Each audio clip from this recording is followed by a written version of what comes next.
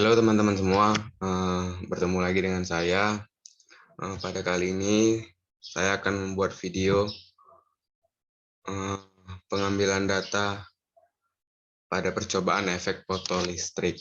Oke, kita masih menggunakan aplikasi PET Simulation untuk mensimulasikan percobaannya.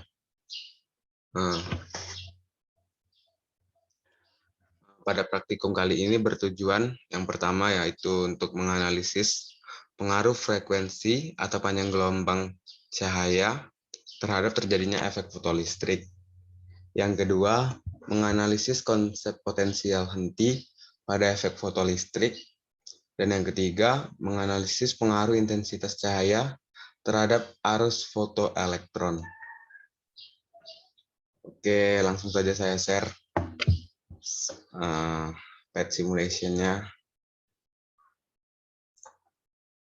Oke.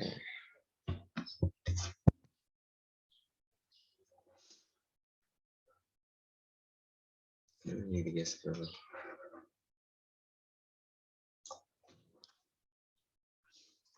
Oke, percobaan yang pertama yang A, kita menggunakan sodium sebagai targetnya.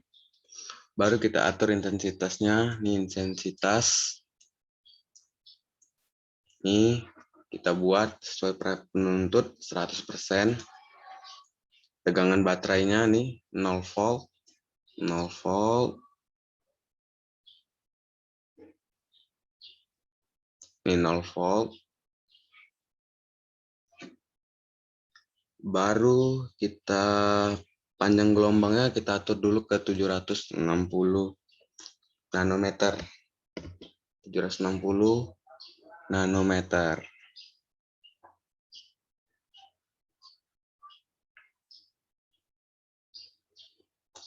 Ya teman-teman, kalau mau di angka pas 760 nanometer itu cukup sulit, jadi saya buat 759 nanometer.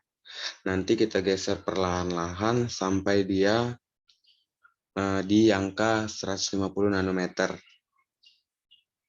Baru kita centang untuk menampilkan grafik yang elektron energi versus light frekuensi.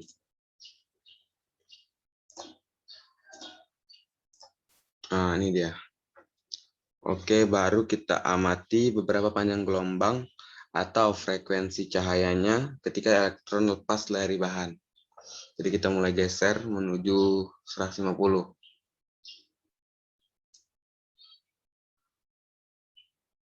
Ini kita amati panjang gelombangnya, teman-teman. Lihat juga grafiknya. Ini dia warnanya berubah. Nah, tuh keluar 1, 2, 3 itu partikel-partikelnya. Tuh di 483 nanometer.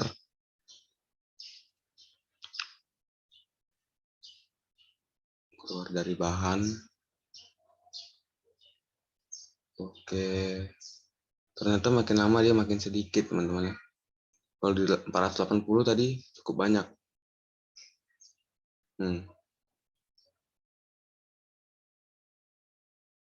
Kita geser. Oh, enggak. Oh, semakin banyak, teman-teman.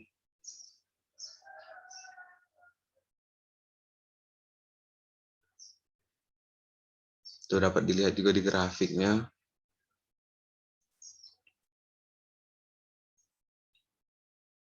Tuh sekali keluar dia banyak, teman-teman.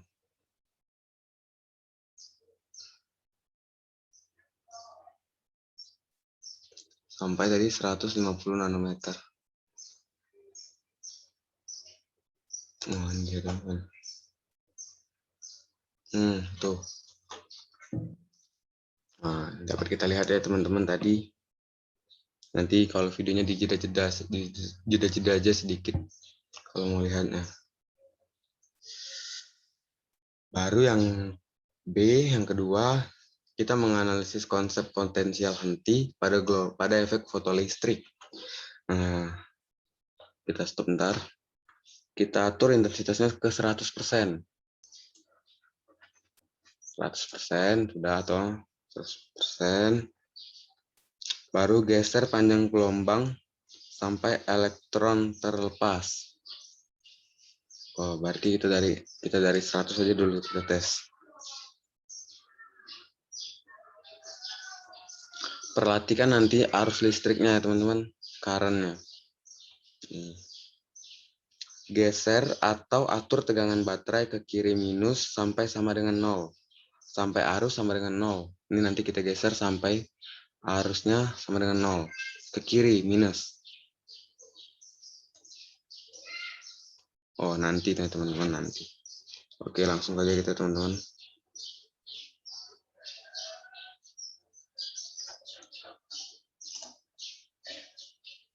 Sampai 0. Kita geser juga panjang gelombangnya perlahan. Baru kita lihat elektronnya terlepas. Salah tadi saya, bukan partikel, elektron. Nah, ini sudah 0 ya teman-teman. Harusnya sudah 0. Tuh ada elektron yang terlepas, tapi dia tidak sampai ke sini teman-teman. Tidak seperti yang tadi. Kita geser terus.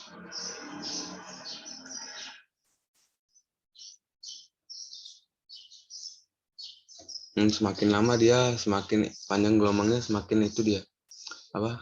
Jarak elektronnya semakin dekat. Kalau ini kan jauh ya. Oh, tuh. Jadi kalau semakin panjang gelombangnya dia semakin dekat.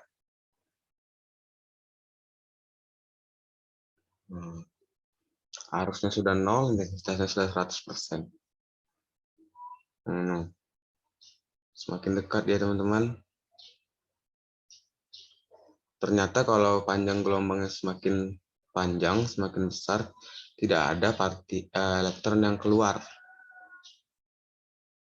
Nah, itu ya teman-teman kesimpulannya. Terus yang kedua, itu kita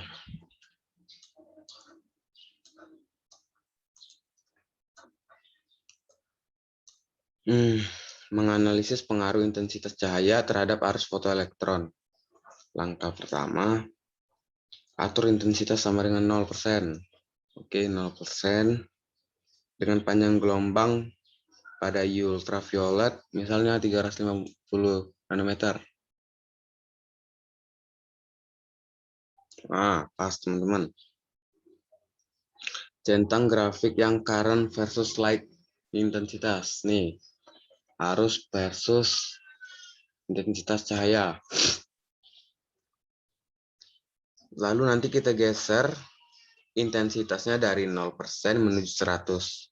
Yang kita perhatikan jumlah elektron yang terlepas jika intensitasnya bertambah. Oke, kita atur ya teman-teman. Ini berarti pada tegangan 0 gitu ya. Pada tegangan 0 volt.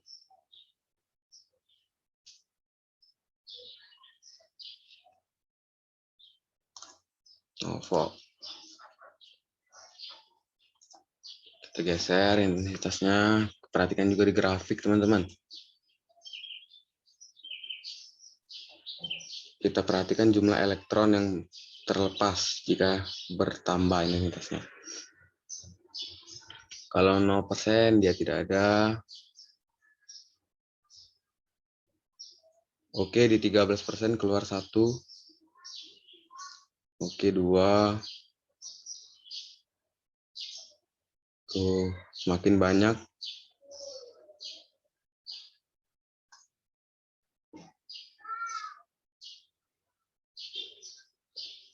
Oke. Harusnya juga bertambah ya, teman-teman.